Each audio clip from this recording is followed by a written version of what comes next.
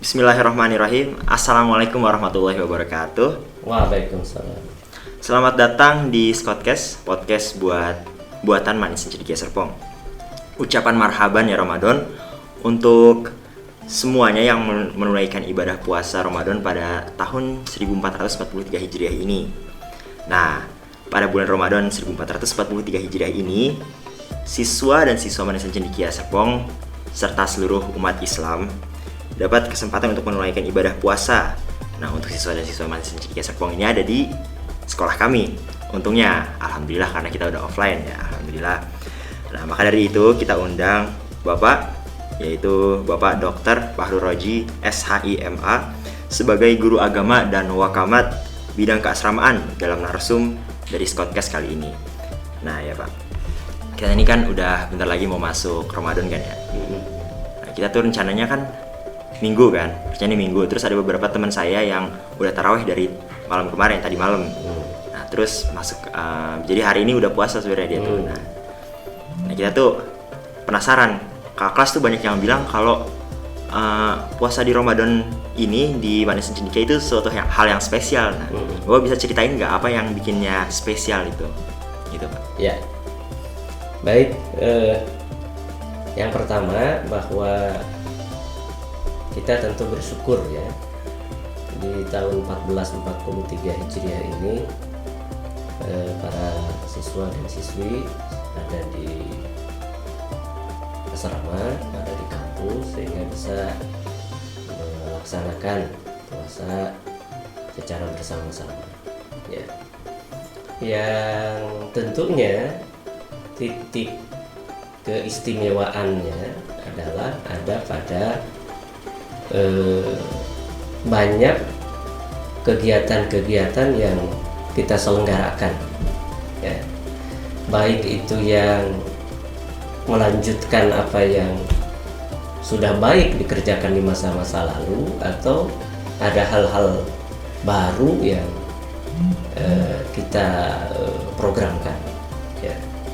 Hal ini tentu sesuai dengan satu ungkapan, al-muhafazatu 'alal qadimi shalih wal akhdhu bil jadidil aslah. Memelihara hal baik di masa lalu yang masih relevan tentunya, dan menginovasikan, memprogramkan, mengadakan hal-hal baru yang lebih kekinian ya, lebih relevan. Apa contohnya? Umpamanya kita menyelenggarakan tentu sholat tarawih secara berjamaah ya, dan rawatib tentu. Nah, sholat tarawih secara berjamaah itu dipimpin atau diimami oleh kombinasi antara para ustadz dan siswa-siswa terpilih. Itu satu ya. Yang kedua juga hal yang seperti sebelumnya, itu ada kultum ya, yang disampaikan oleh Bapak Ibu pegawai yang sudah dimintakan kesediaannya, dan mereka akan berbicara banyak hal sesuai dengan perspektif dari masing-masing.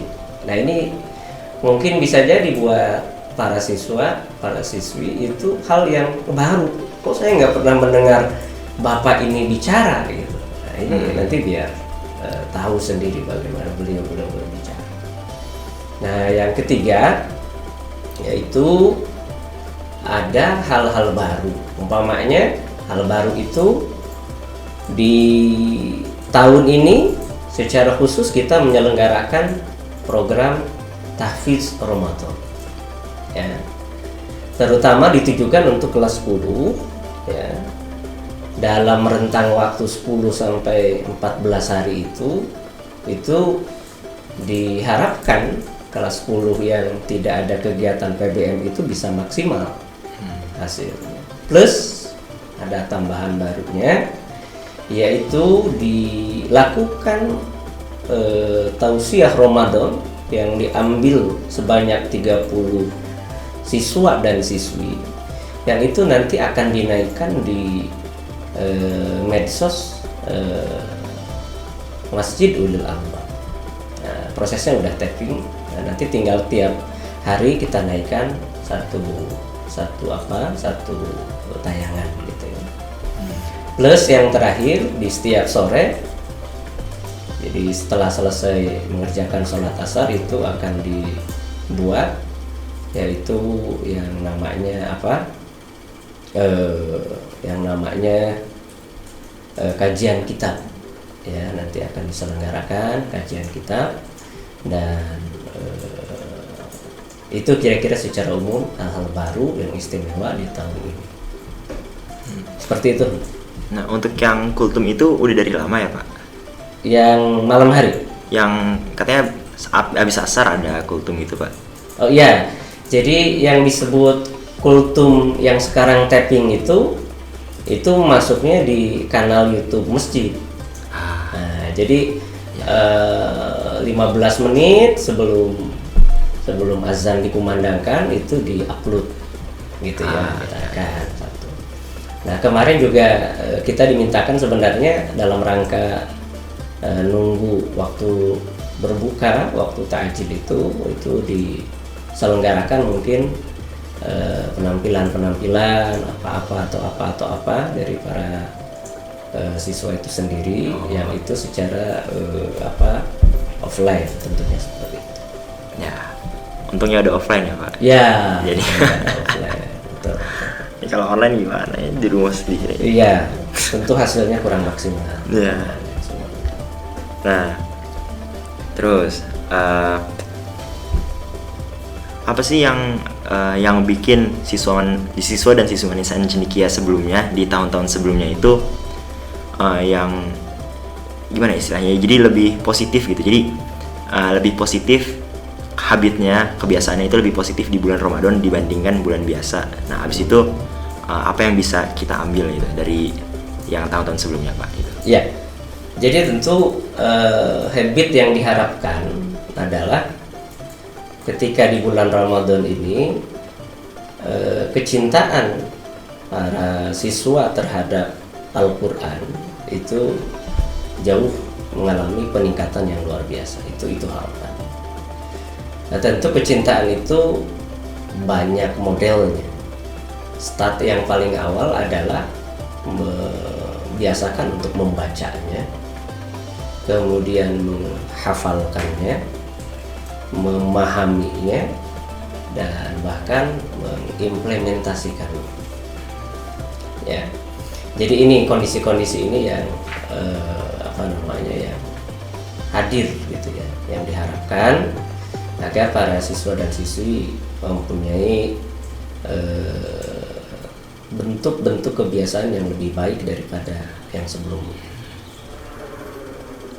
Jadi kegiatan-kegiatan yang dilakukan di Insan Cendekia ini tentang Ramadan itu tujuannya untuk mempertingkatkan kecintaan siswa dan siswi terhadap Al-Quran ya Pak? Ya, itu step awal. Kenapa? Karena seperti yang kita pahami, sumber hukum yang fundamental dari ajaran Islam itu adalah Al-Quran wa Sunnah. Tidak cukup dengan hanya mencintai Al-Quran saja tanpa kemudian mencintai Sunnah Rasulullah SAW. Ya, jadi itu step paling fundamental yang tentunya tidak cukup berhenti di sana. Gitu. Harus ada step-step lanjutan yang dimaksimalisasi. Ya. Karena itu dorongan kita kepada para siswa dan siswi agar bisa secara maksimal di bulan Ramadan ini itu juga terkait dengan bagaimana mereka bisa memahami konteks keseluruhan ajaran Islam yang lantas bisa diupayakan dengan memanifestasikannya dalam kehidupan keseharian mereka. Dan perlu diingat bahwa setiap fase dalam hidup itu tentu ada stressing nilai ajaran. gitu ya. Umpamanya kalau kita ambil begini, yang terbaik untuk siswa apa? Ibadah yang paling keren untuk siswa itu adalah belajar. Entah itu yang tertulis atau yang tidak tertulis, bukan mencari duit, bukan fase gitu ya. Nanti ketika sudah berkeluarga ada tanggung jawab, maka peribadatan yang paling maksimal adalah buat mereka yang paling keren itu dengan cara memenuhi kebutuhan minimal untuk keluarga. Jadi beda stepnya. Makanya kemudian ada ungkapan likulli hal likulli maqam maqam. Setiap posisi itu ada tempatnya. Setiap stage itu tentu ada mainannya. Kira-kira begitu Mas. Masya Allah. Wah, udah banyak banget rencananya Pak. Semoga ya tercapai aja deh Pak. Amin. Amin. Nah, kan Bapak ini udah lumayan lama ya di Manis Cendekia Serpong ini. Nah, apa sih momen-momen atau memori yang Bapak rindukan dari tahun-tahun sebelumnya di bulan Ramadan ini Pak? Ya tentu sebagai guru, sebagai orang tua gitu ya, harapan atau momen yang paling dirindukan adalah kesemarakan kita menyambut bulan Ramadan yang bukan hanya bersifat lip service gitu ya. Kesemarakan itu yang bukan hanya bersifat artifisial. Yang jauh lebih dirindukan lagi adalah kesemarakan kita menyambut Ramadan itu dengan suasana yang lebih syahdu, lebih mendalam lagi, adanya internalisasi ajaran-ajaran agama pada para siswa dan bapak ibu pegawai tentunya. Dan tentu itu dalam kerangka abstrak gitu ya. Dalam kerangka konkretnya yang dirindukan adalah kebersamaan. Karena kita pahami bahwa al-ittihadu asasun najah. Kebersamaan, persatuan itu adalah fondasi asas dari kesuksesan. Nah, kebersamaan itu ada pada 3 area sebenarnya. Ada pada level bapak ibu sebagai pengurus penyelenggara atau bapak ibu guru singkatnya, termasuk pimpinan di situ. Yang kedua ada pada aras para siswa-siswi, dan yang ketiga ada pada komite. Nah, kebersamaan ini harus menjadi prasyarat mutlak untuk kesuksesan. Kalau umpamanya ada yang pincang, maka tentu akan muncul kekurangan di sana sih. Gitu ya. Di situ di masjid pas bulan Ramadan ada yang sering pecut sarung nggak Pak? Sarung apa? Pecut sarung. Maksudnya gimana? Jadi bikin pecut, jadi sarung digulung, habis itu petang gitu Pak. Atau apa di asar madang Bapak nggak lihat jadi apa? Apa ngebangunin gitu? Enggak, main doang Pak. Oh, enggak kayaknya. Oh enggak ya, aduh, ya Masya Allah, akhlaknya mantap. Kalau di mesin ya. Nah, okay. Ya, yang rame itu dulu pernah ketika ngebangunkan sahur itu jam 3:30 itu rame itu meriah sekali. Gitu, ya. Bisa meriah ya Pak? Dulu pakai kentongan, pakai alat-alat gitu ya, jadi rame meriah gitu ya. Pernah pakai galon ya Pak? Pakai galon. Nah, dulu sempat pakai galon. Itu nanti bisa diganti dengan alat lain lah gitu ya. Yang kegunaannya atau fungsinya sama tapi tidak malfungsi gitu. Nah, ya Pak. Kira-kira gitu. Ya soalnya tuh ya jujur aja lah ya. Biasanya tuh kita dibangunin biasanya tidur lagi Pak gitu. Iya. Betul. Nah, itu memang menjadi PR semuanya lah gitu ya. Nah,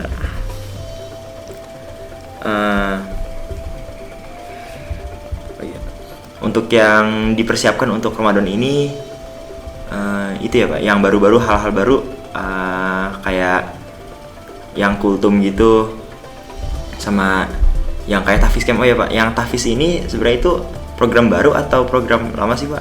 Ya, kalau dulu sifatnya parsial.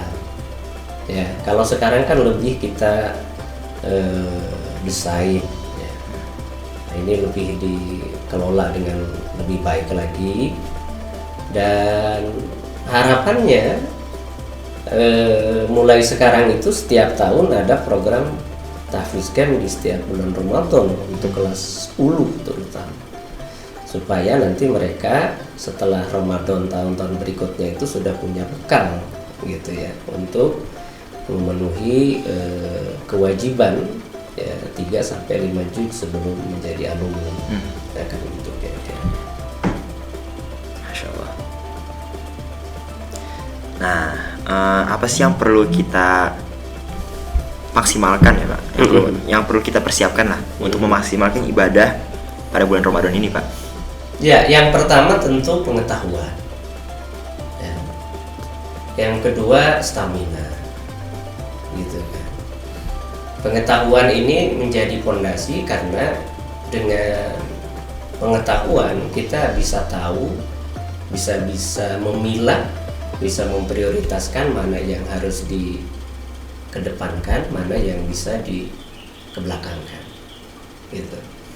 Nah, ketika ingin maksimal di bulan Ramadan, pengetahuan itu penting, bahwa secara sederhananya Ramadan datang tiap tahun itu adalah termasuk anugerah terbesar dari Allah Subhanahu wa taala buat kaum muslimin, buat kita semua. Nah, pengetahuan ini tentu harus dibarengi dengan kesadaran untuk bisa menggapainya, gitu. Kenapa? Karena orang yang tidak menyadari serba kekurangan pada dirinya, dia tidak akan maksimal memanfaatkan bulan Ramadan. Ya, jadi harus maksimal di bulan Ramadan. Termasuk umpamanya pengetahuan atas ada banyak keistimewaan di bulan Ramadan. Jadi kalau kita laksanakan dengan baik, sebenarnya beres itu urusan. Sehingga kalau kita ngacu kepada yang disabdakan oleh baginda Rasul, beliau pernah bersabda, "Rogiba an rajulin", sungguh celaka seseorang yang dijumpai bulan Ramadan, namun setelah Ramadan dosanya nggak diampuni oleh Allah. Kenapa? Karena di bulan Ramadan itu banyak lapisan, banyak peluang yang menjadikan orang itu akan diampuni, gitu kan? Nah, apa umpamanya? Pertama dari sisi puasanya aja lah, nggak usah macam-macam yang lain. Puasa dari mulai sebelum subuh sampai maghrib, puasa doang itu udah diampuni oleh Allah. Man shoma ramadhana imanan wahtisaban ghufira lahu ma taqaddama min dzambi. Puasa aja baik lah, nggak usah taraweh, nggak usah baca Quran, nggak usah infak sedekah, puasa doang itu sudah diampuni. Apalagi setelah puasa doang, umpamanya ditambah lagi, ya, man qoma Ramadan, malamnya diisi dengan ibadah, diampuni lagi 2 itu udah. Belum lagi infak sedekah. Belum lagi kalau dapat Lailatul Qadar. Nah, pengetahuan ini yang harus menjadi fondasi, yang harus menjadi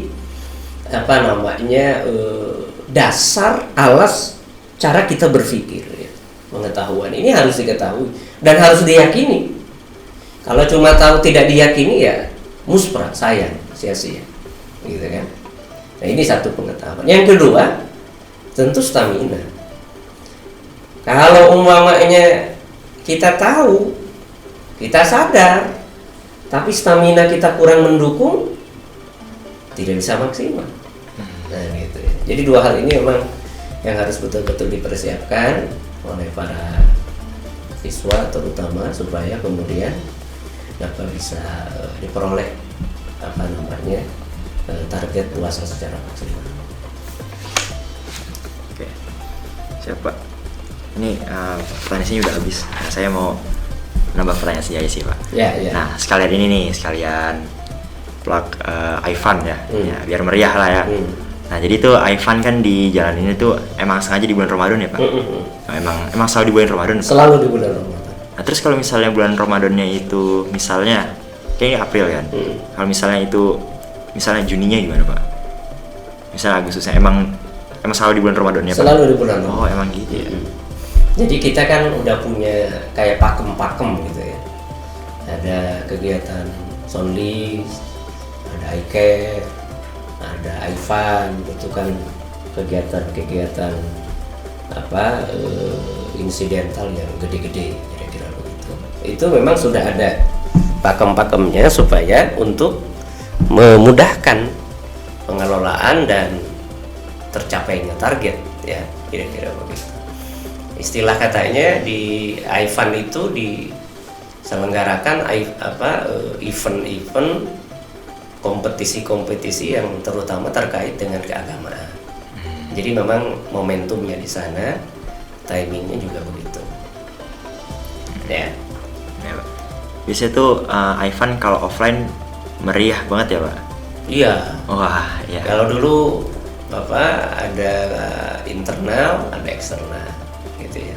Tapi karena kita masih pada fase recovery dari pandemi ini, mungkin belum akan maksimal dulu situasinya. Susah ngambil audiensnya ya Pak? Betul, betul. Ya. Nah itulah beberapa hal yang patut disayangkan ya. Iya, iya. Tapi bisa jadi kan kalian tahun depan masih bisa ngerasakan. Insya Allah, insya Allah. Ya semoga COVID-nya nggak balik lagi ya. Amin, amin. Udah pulang lah, udah hilang COVID-nya. Amin, amin. Nah ya, biasa tuh waktu Ivan gimana ya? Biasa ada kayak tempat bermakanan gitu Pak? Apa kayak kios-kios datang gitu? Ada gitu nggak Pak? Ingat Bapak itu mungkin kalaupun ada pada momen kegiatan eksternal. Oh iya iya. Kegiatan eksternal itu sempat ada itu. Nah, tapi lagi-lagi karena pandemi ini segalanya harus ditata ulang, gitu ya, segala macamnya. Ivan ya, jangan lupa Ivan. Kalau misalnya mau masuk, masih ada kesempatan lah pokoknya lah ya. Ivan lah, kita meriahin guys. Oke. Nah sekian Pak, untuk pertanyaannya udah habis juga. Mungkin terima kasih banyak pada Bapak udah menyempatkan datang di hari Sabtu ini yang seharusnya emang libur ya. Nah terus terima kasih juga kepada penonton yang udah bertahan selama ini. Ya. Sekian, kami tutup. Wassalamualaikum warahmatullahi wabarakatuh. Waalaikumsalam warahmatullahi wabarakatuh.